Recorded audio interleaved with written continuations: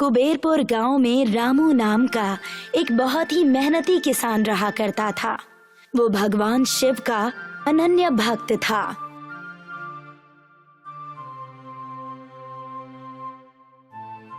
रोज सुबह वो दिन की शुरुआत उनका नाम लेकर ही करता था। एक दिन रामू भगवान की पूजा समाप्त करने के बाद बैठा, तभी उसका बेटा लखन वहां आता है। पिताजी, आप ये रोज किनके ध्यान में बैठे रहते हैं? बेटा, ये हमारे इष्ट देव हैं और सब जीवों के नाथ भोलेनाथ हैं। अच्छा, और आप इनका पूजन क्यों करते हैं? बहुत बढ़िया सवाल किया है लखन तुमने। तो बताइए पिताजी कि इनका नाम क्या है? ये भगवान शंकर हैं। अनेक नाम हैं उनके। कोई उन्हें महादेव कहता है, तो कोई नीलकंठ, तो कोई नटराज। और उनकी भोली मुस्कान और सरल स्वभाव को देख भक्त उन्हें प्यार से भोलेनाथ कहते हैं। अच्छा, और इनका पूजन क्यों किया जाता है? हर किसी का अपना कारण होता है बेटा। कोई सिर्फ प्रेम में आकर करता है, तो कुछ अपने दुखों को कम करने की गुहार लगाने के लिए करते हैं। जितने लोग उतनी वजह होती है।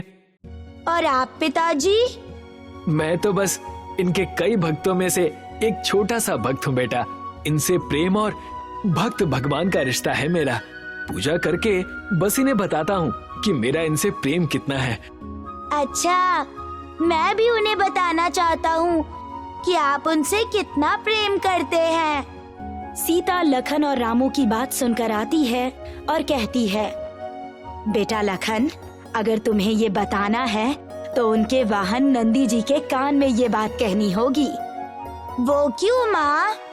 क्योंकि नंदी जी की बातें भोलेनाथ सबसे पहले सुनते हैं। ठीक है माँ, मैं ऐसा ही करूँगा। ये कहकर लखन वहाँ से चला जाता है। देखती हो सीता, कैसे बच्चे इतनी जल्दी बड़े हो जाते हैं। बस मेरे प्रभु लखन पर ऐसे ही कृपा रखे। चलिए जी, अब आपको हल भी चलाना है आज खेतों में बैलों के साथ। हाँ, सही कहती हो। तो अब शाम को भेंट होगी दोनों से। जी। भगवान की भक्ति, खेतों में मेहनत करना, 2 वक्त का खाना, रामू के घर में सब इस जीवन से संतुष्ट थे। पर समय का चक्र कभी एक जगह थमता नहीं। 8 वर्ष बीत चुके थे। लखन अब 14 वर्ष का हो गया था और रामू की तबीयत इस वर्ष खराब थी। अब इस वर्ष हम क्या करेंगे? आपकी तबीयत सही नहीं है और हमारे दोनों बैल भी बूढ़े हो चुके हैं। नए बैल खरीद नहीं पाएंगे हम, और आपकी तबीयत भी। पिताजी, अब हम क्या करेंगे? क्या इसका कोई उपाय नहीं है? शांत हो जाओ बेटा, चिंता मत करो। कैसे चिंता ना करें हम? आप इतनी दिक्कत में हैं, चिंता तो होगी ही ना। आप इतने शांत कैसे हैं पिताजी, वो भी इस विपत्ति के समय में? बेटा, ये बात हमेशा ध्यान में रखना। जब भी विपत्ति छाए तब अपने विवेक को मत खोना। अगर विवेक खो दिया तो विपत्ति का हल मिलना मुश्किल हो जाता है। तो इस समय क्या किया जाए, आप ही बताइए। इसका उपाय मैं इस अवस्था में तो नहीं कर सकता, और लखन भी अभी छोटा है। अब तो बस प्रार्थना कर सकता हूँ मैं मेरे नाथ से, वही कोई रास्ता दिखाएंगे। लखन अपने पिता की भक्ति देख भावुक हो जाता है और उसे याद आता है कि बचपन में किस तरह वो नंदी जी के कान में अपने पिता के प्रेम को भगवान को बताने कहता था। लखन वहां से सीधे मंदिर चला जाता है।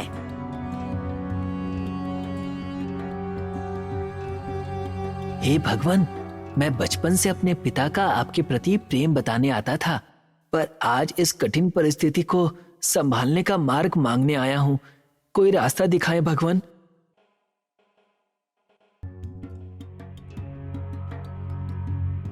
लखन, क्या बात है बेटा, कुछ परेशान नजर आते हो? कुछ नहीं पुजारी जी, बस पिताजी की तबीयत खराब थी ना, तो मैं यहाँ भगवान से मार्ग मांगने आया था। वो भोलेनाथ हैं, भक्तों पर उनकी कृपा रहती है। तुम चिंता मत करो। तुम अगर गुहार ना भी लगाओ तो भी भोलेनाथ तुम्हारे पिताजी को कभी अकेला नहीं छोड़ेंगे। मैं भी भगवान से प्रार्थना करूंगा कि वो जल्द से जल्द तुम्हें कोई मार्ग दिखाएं। जी पुजारी जी, अब मैं चलता हूँ। लखन पुजारी जी की बातें सुनकर कुछ शांत हुआ और घर की तरफ निकल पड़ा। तभी उसे रास्ते में एक विभूति लगाया हुआ योगी अपने बैल के साथ खड़े दिखते हैं। बाबा, क्या बात हो गई? कोई परेशानी है क्या? बेटा, परेशानी तो नहीं है, बस मेरे इस मित्र ने जल ग्रहण नहीं किया तो थक गया है इस प्रचंड धूप में। यहाँ आसपास कोई तालाब या नदी होगी? बाबा, यहाँ कोई नदी तो नहीं है, पर यहाँ पास में ही मेरा घर जरूर है। आप वहाँ चलिए, आपका और मित्र का जलपान वहीं हो जाएगा। पर बेटा, तुम परेशान हो जाओगे। कोई बात नहीं, मैं कुछ और सोच लूंगा। बाबा, इसमें सोचना कैसा? मेरा घर पास है और आपका मित्र प्यासा है। बस अब आप मेरे साथ चलिए। बहुत अच्छी बातें करते हो बेटा। तुम्हारे माता पिता तुम जैसा पुत्र पाकर अति प्रसन्न होंगे। ये तो उन्होंने ही सिखाया है मुझे कि हर जीव भगवान शिव का ही अंश है और इसी वजह से हमें हर किसी की मदद करनी चाहिए। अति उत्तम। आओ चलते हैं तुम्हारे निवास पर। जी बाबा। लखन बाबा को अपने घर ले जाता है और उस बैल को बाहर पानी पिलाकर बाबा को घर के अंदर आने के लिए कहता है। रामू के बीमार होने की वजह से वो अपने कमरे में ही था। सीता बाबा के लिए पानी और मिठाई लाती है। बहुत बढ़िया मिष्ठान है बेटी। धन्यवाद बाबा। बाबा, आप यदि चाहें तो यहीं ठहर जाइए। अब आप इस समय निवास स्थान कहाँ ढूंढेंगे? मैं तो वैरागी हूँ पुत्र। ये आसमान ही मेरी छत है और धरती मेरा घर। तुम मेरी चिंता ना करो। क्या घर में बस तुम दो ही जन रहते हो? नहीं नहीं, लखन के पिता भी हैं। लखन के पिता अभी बीमार हैं। वो कमरे में ही आराम कर रहे हैं। लखन के संस्कार देखकर मुझ में उसके माता पिता से मिलने की इच्छा जाग गई, तो मैं यहाँ चला आया। आइए बाबा, मैं आपको उनसे मिलवाता हूँ।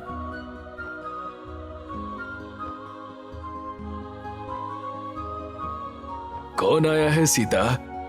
कोई संत आए हैं और वो आपसे मिलना चाह रहे हैं। प्रणाम बाबा। कल्याण हो पुत्र। रामू जैसे ही बाबा को देखता है, उसकी आंखों में आंसू झलक आते हैं और बाबा के चेहरे पर वही सरल मुस्कान आ जाती है। क्या बात है पिताजी, आप रो क्यों रहे हैं? पता नहीं बेटा, पर ऐसा लगता है कि जिसकी तलाश थी आज तक, वो आज मिल गया हो। अब मैं विदा लेता हूँ। आप सभी ने बहुत सेवा की। आपने आकर घर की शोभा बढ़ा दी बाबा। यदि फिर कभी आना हुआ तो यहाँ अवश्य आइएगा। प्रणाम बाबा। सीता और लखन भी रामू के साथ बाबा का आशीर्वाद लेते हैं और बाबा वहां से चले जाते हैं।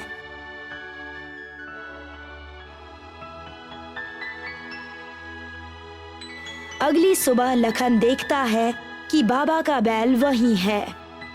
माँ, पिताजी, क्या हुआ बेटा? देखिए ना, बाबा अपने मित्र को यहीं भूल गए हैं। पर वो इसे साथ क्यों नहीं ले गए? बाबा इसे भूले तो नहीं होंगे। इसकी देखभाल करते हैं।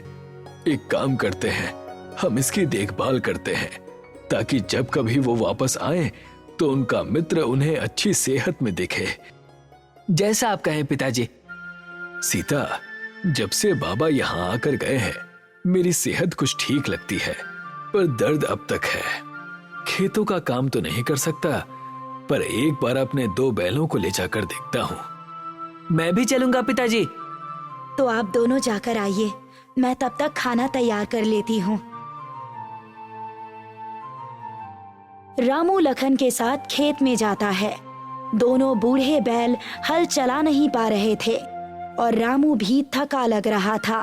तभी वहां बाबा के साथ आया बैल आ जाता है। लखन दौड़ता हुआ रामू के पास आता है। पिताजी, क्या बात है बेटा? देखिए, बाबा का बैल भी यहाँ आ गया। आप इसे हल चलाने क्यों नहीं देते?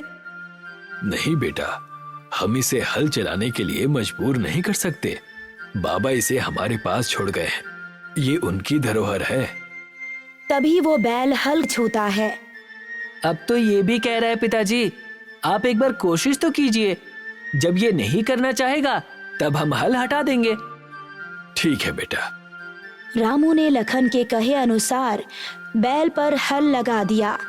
देखते ही देखते घंटे भर में उसने अकेले ही सारा काम कर दिया। ये देखकर रामू चकित रह गया और लखन बहुत ज्यादा खुश हो गया।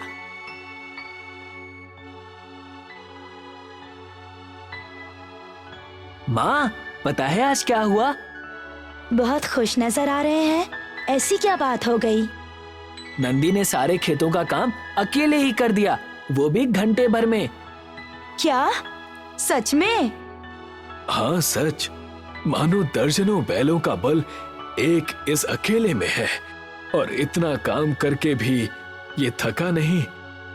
ये तो स्वयं भोलेनाथ की कृपा लगती है। इससे ज्यादा खुशी की बात और क्या हो सकती है? हाँ माँ, कल ही मैं मार्ग मांगने मंदिर गया था और समस्या का पूरा हल मिल गया। अब इस वर्ष बहुत बढ़िया फसल होगी। अपने हालात बदलते देख रामू और सीता की आंखों में आंसू आ गए। देखते ही देखते एक वर्ष बीत गया और इस वर्ष रामू की फसल सबसे ज्यादा और सबसे बेहतरीन थी। रामू को काफी धन प्राप्त हुआ। कुबेरपुर का एक बड़ा जमींदार कुंभ ये सूचना सुनकर रामू के घर आता है। क्या बात है कुंभ, कैसे आना हुआ? कुछ हुआ नहीं, बस सूचना मिली कि तुम्हारी फसल इस गांव में सबसे ज्यादा हुई है, तो बस वही जानने आया था कि अगर कोई तरीका जानते हो तो हमें भी बताओ, पूरा गांव आगे बढ़ेगा। इसमें मैंने कुछ नहीं किया, मेरी तो तबीयत भी ठीक नहीं है। तो आखिर ये हुआ कैसे? वो ऐसे कि हमारे घर भगवान की कृपा से एक बैल आया है। इसमें मानो दर्जनों बैलों की शक्ति हो। बस जब से इसने हल चलाया मेरे खेतों में, तब से फसल बढ़ गई। अच्छा हाँ कुंभ। रामू, ऐसा करो, इस बैल को मुझे दे दो, मैं अच्छी कीमत दूंगा इसकी, और आखिर मेरे पास जमीन भी तो बड़ी मात्रा में है। कुंभ, मैं तुम्हें इस बैल को बेच नहीं सकता। ये बैल जिन बाबा का है वो इसे लेने जरूर आएंगे, और तब तक हम बस इसका ध्यान रख सकते हैं। साफ साफ क्यों नहीं कहते कि सारा लाभ खुद रखना चाहते हो? बहाने मत बनाओ। और अगर इसका मालिक कोई और है तो तुम इससे अपने खेतों में क्यों काम करवा रहे थे? आप जो सोचना चाहें सोच सकते हैं, लेकिन सत्य यही है कि ये बैल हमारे पास बाबा की धरोहर है जिसका हमें ध्यान रखना है। और जहां तक रही बात इससे काम करवाने की, तो ये हल उसने खुद चुना है। तो तुम बहाने बनाते रहोगे? मैं चलता हूं, यहां बात करके कोई लाभ नहीं मिलने वाला। कुंभ वहां से घर चला जाता है और रात होने पर दो व्यक्तियों के साथ रामू के बैल को छुपकर ले जाने लगता है। तुम दोनों इसे ये नाथ पहनाओ और ले चलो इसे। जैसे ही वो दोनों उसे नाथ पहनाने जाते हैं, वो रस्सी अपने आप छोटी हो जाती है। ये क्या? ऐसा करो, इसे उठाने की कोशिश करो। वो दोनों उसे धक्का लगाने की कोशिश करते हैं, लेकिन वो बैल तनिक भी नहीं हिलता। मानो पूरी धरती का भार लिए बैठा हो कुंभ जी। मैं तो इसे इस जगह से हिला भी नहीं पाऊंगा। लगता है रामू सही कह रहा था, ये अवश्य कोई दिव्य जानवर है। तभी वो बैल तीनों को मारता है। कुंभ और दोनों चोर चिल्लाकर वहां से भाग जाते हैं। इस घटना को कई वर्ष बीत चुके थे। रामू का परिवार पुनः सुखी हो गया था। लखन अब युवा आयु में आ चुका था।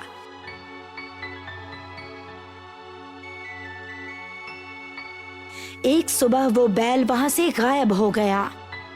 पिताजी, पिताजी!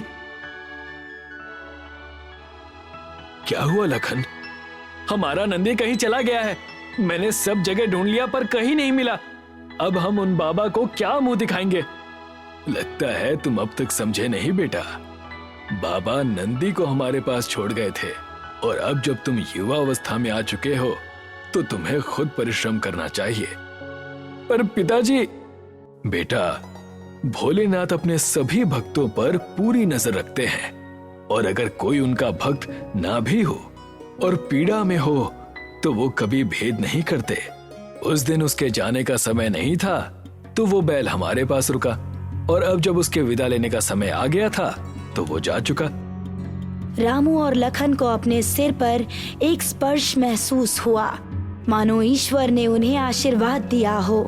दोनों की आंखों में आंसू भर आए और वो दोनों हाथ जोड़कर प्रभु की जय जयकार करने लगे।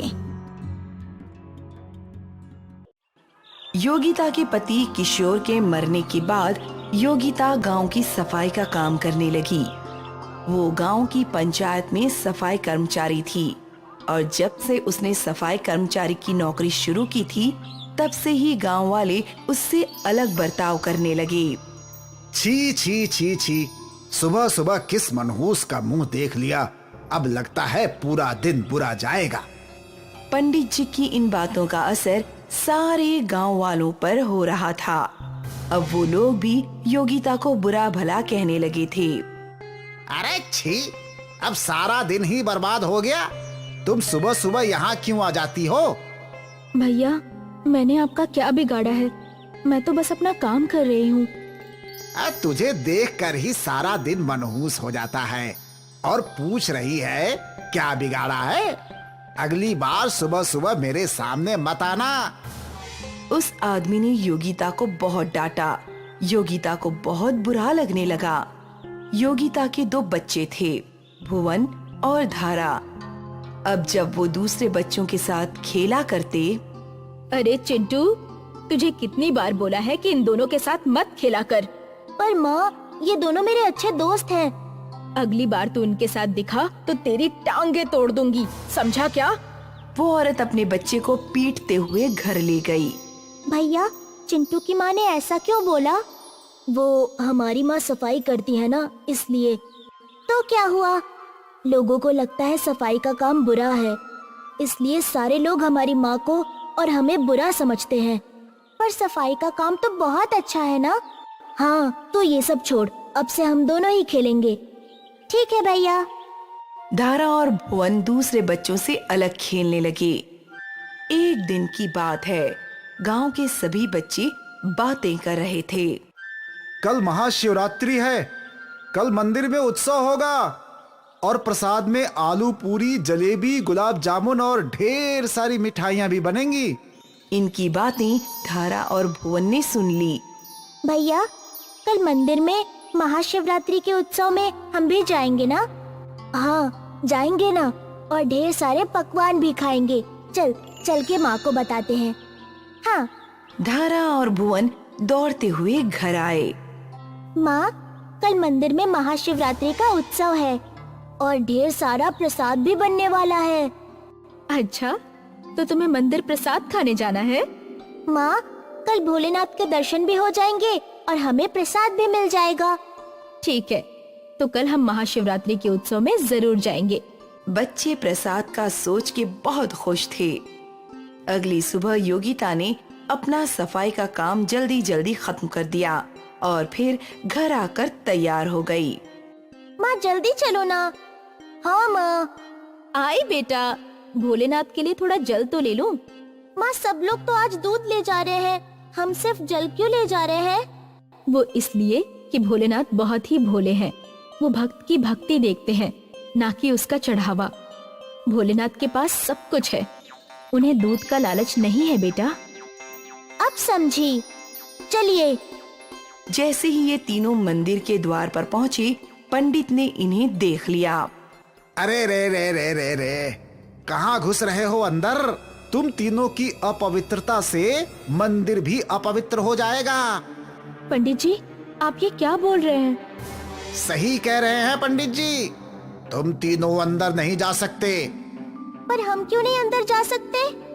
क्योंकि तुम्हारी माँ गांव भर की गंदगी धोती रहती है उसके इस मंदिर में कदम रखते ही मंदिर भी अपवित्र हो जाएगा।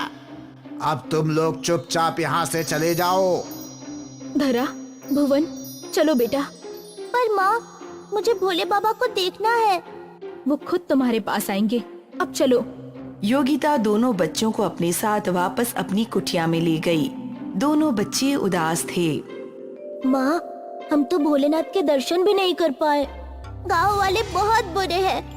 भले ही गांव वाले बुरे हो, पर भोलेनाथ बहुत अच्छे हैं। तुम दोनों बस उन पर विश्वास रखो। क्या हमारे बुलाने पे भोलेनाथ आ जाएंगे? हाँ बिल्कुल। तो हम उन्हें अभी बुलाएंगे। दोनों बच्चों ने अपने हाथ जोड़े। हे भोलेनाथ, अगर हमारी आवाज आप तक पहुंच रही है तो हमें दर्शन दीजिए। यहाँ बच्चों ने भोलेनाथ को पुकारा। वहाँ मंदिर से शिवलिंग गायब हो गया। गांव वाले और पंडित जी हैरान हो गए। बच्चों को डमरू की आवाज सुनाई दी और वो दौड़कर बाहर गए। उनके सामने शिव जी के स्वरूप वाला एक व्यक्ति खड़ा था। अलख निरंजन। भोलेनाथ, आपने हमारी सुन ली। दोनों बच्चे दौड़कर शिव जी के पैरों में गिर गए। शिव जी ने बच्चों को आशीर्वाद दिया। आप शिव जी। पुत्री, क्या तुम मुझे कुछ नहीं खिलाओगी? शिव जी की आवाज में शीतलता थी। योगिता उस आवाज में मंत्रमुग्ध हो गई थी। माँ, इन्हें भूख लगी है, इनके लिए खाना लाओ। हाँ, अभी लाई। योगिता घर के भीतर चली गई खाना लाने और बच्चे अपने शिव जी से बातें करने लगे। पता है, आज पंडित जी ने हमें आपके मंदिर में आने नहीं दिया। मैं सब जानता हूँ, पर आज के बाद तुम्हें उस मंदिर में जाने की जरूरत नहीं पड़ेगी। वो कैसे? समय आने पर तुम्हें सब पता चल जाएगा बच्चों। योगिता भोजन लेकर लौटी। योगिता ने शिव जी के हाथ धुलवाए। क्या बात है पुत्री, बहुत आश्चर्य में देख रही हो। समझ नहीं आ रहा है ये सच है या सपना। आप मेरे भोलेनाथ हो या उनके रूप में कोई और। ये उलझन तो केवल तुम ही सुलझा सकती हो। योगिता ने शिव जी के सामने खाने की थाली रख दी और शिव जी बड़े चाव से योगिता का भोजन ग्रहण करने लगे। योगिता बस एकटक अपने शिव जी को देखते जा रही थी। जब उनका भोजन हो गया। पुत्री, भोजन बहुत स्वादिष्ट था और उससे भी अच्छा तुम्हारे परिवार का मुझ पर विश्वास है। मैं तुम्हारे सारे कष्टों का निवारण कर दूंगा। योगिता और बच्चों ने शिव जी के सामने हाथ जोड़े और शिव जी शिवलिंग में बदल गए। जब योगिता ने ये चमत्कार देखा तो उसके आंसू बहने लगे। जय भोलेनाथ। जय जय भोलेनाथ। ओम नमः शिवाय। यहाँ गांव में हड़बड़ मच गई थी। लगता है शिवजी हमसे नाराज हो गए हैं। हमें उन्हें मनाना होगा, लेकिन कैसे? मुझे लगता है सुबह तुम लोगों ने योगिता और उसके बच्चों को भगाया था, इसीलिए शिवजी हमसे नाराज हो गए। हमें उनसे माफी मांगनी चाहिए।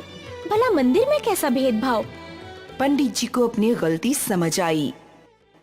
चलिए हम सब अपनी गलती सुधारते हैं और अपने शिव को मनाते हैं। गांव वाले जब योगिता के घर के बाहर पहुंचे तो वहां शिवलिंग देखकर दंग रह गए। योगिता के आंसू देखकर पंडित जी ने पूछा, बहन, ये शिवलिंग यहाँ कैसे आया? योगिता ने उन्हें शिव जी के खुद आने का सारा किस्सा बताया। वो खुद आए, मेरे घर का भोजन खाया और मुझे और मेरे बच्चों को आशीर्वाद देकर शिवलिंग में बदल गए। ये सुनकर पंडित जी रो पड़े और योगिता के पैर पकड़कर माफी मांगने लगे। माफ कर दो, मुझे माफ कर दो बहन। मेरी वजह से शिव जी हमसे रूठ गए। मुझे नहीं पता था कि ऐसा कुछ होगा। ये सब मेरी गलती है। शिव जी की नजरों में क्या राजा क्या रंक। माफ कर दो बहन। योगिता ने पंडित जी को उठाया। आप मुझसे नहीं बल्कि शिव जी से माफी मांगिए। मैं कौन होती हूँ आपको माफ करने वाली? आप मुझसे बहुत बड़े हैं, कृपया उठ जाइए। पंडित जी ने शिवलिंग को पकड़ा और रो रो कर अपने शिव जी से माफी मांगने लगे। हे भोलेनाथ, माफ कर दो, मुझसे बहुत बड़ी गलती हो गई भोलेनाथ। गांव वालों को भी अपनी गलती समझ में आ गई। सबने योगिता से हाथ जोड़कर माफी मांगी। उस दिन से वो शिवलिंग वहीं रहा। पंडित जी और गांव वाले शिवलिंग की पूजा करने योगिता के घर आया करते थे। जिसे मंदिर में घुसने का अधिकार नहीं था, उसके घर को भोलेनाथ ने खुद मंदिर बना दिया। यही महिमा है भोलेनाथ की। जय भोलेनाथ। ओम नमः शिवाय।